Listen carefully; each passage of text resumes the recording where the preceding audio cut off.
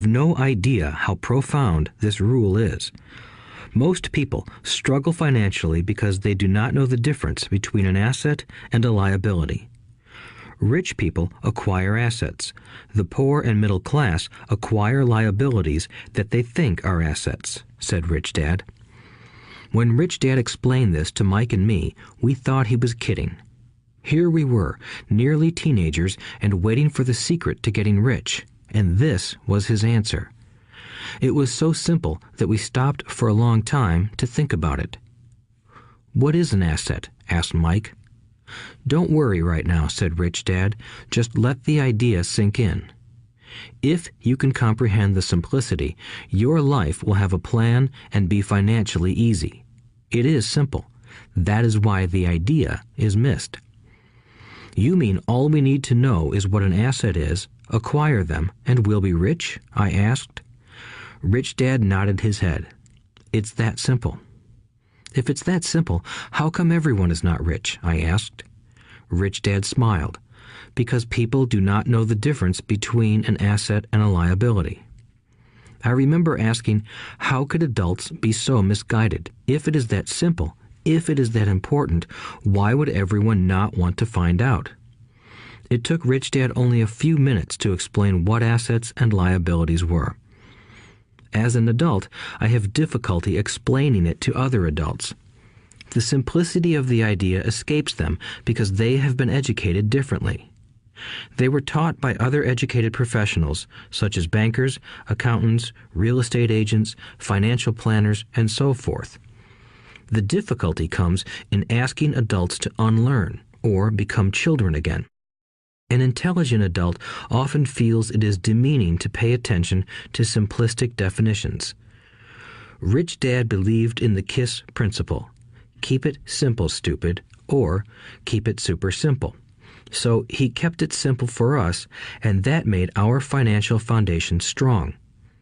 So what causes the confusion? How could something so simple be so screwed up? Why would someone buy an asset that was really a liability? The answer is found in basic education. We focus on the word literacy and not financial literacy. What defines something to be an asset or a liability are not words. In fact, if you really want to be confused, look up the words asset and liability in the dictionary. I know the definition may sound good to a trained accountant, but for the average person, it makes no sense. But we adults are often too proud to admit that something does not make sense. To us young boys, Rich Dad said, "What defines an asset are not words, but numbers. And if you can't read the numbers, you can't tell an asset from a hole in the ground." In accounting, Rich Dad would say, it's not the numbers, but what the numbers are telling you. It's just like words. It's not the words, but the story the words are telling you. If you want to be rich, you've got to read and understand numbers. If I heard that once, I heard it 1,000 times from my Rich Dad. And I also heard the rich acquire assets and the poor and middle class acquire liabilities. Here is how to tell the difference between an asset and a liability. Most accountants and financial professionals do not agree with the definitions, but these simple drawings were the start of strong financial foundations for two young boys. An asset is something that puts money in my pocket. A liability is something that takes money out of my pocket. This is really all you need to know. If you want to be rich, simply spend your life buying assets.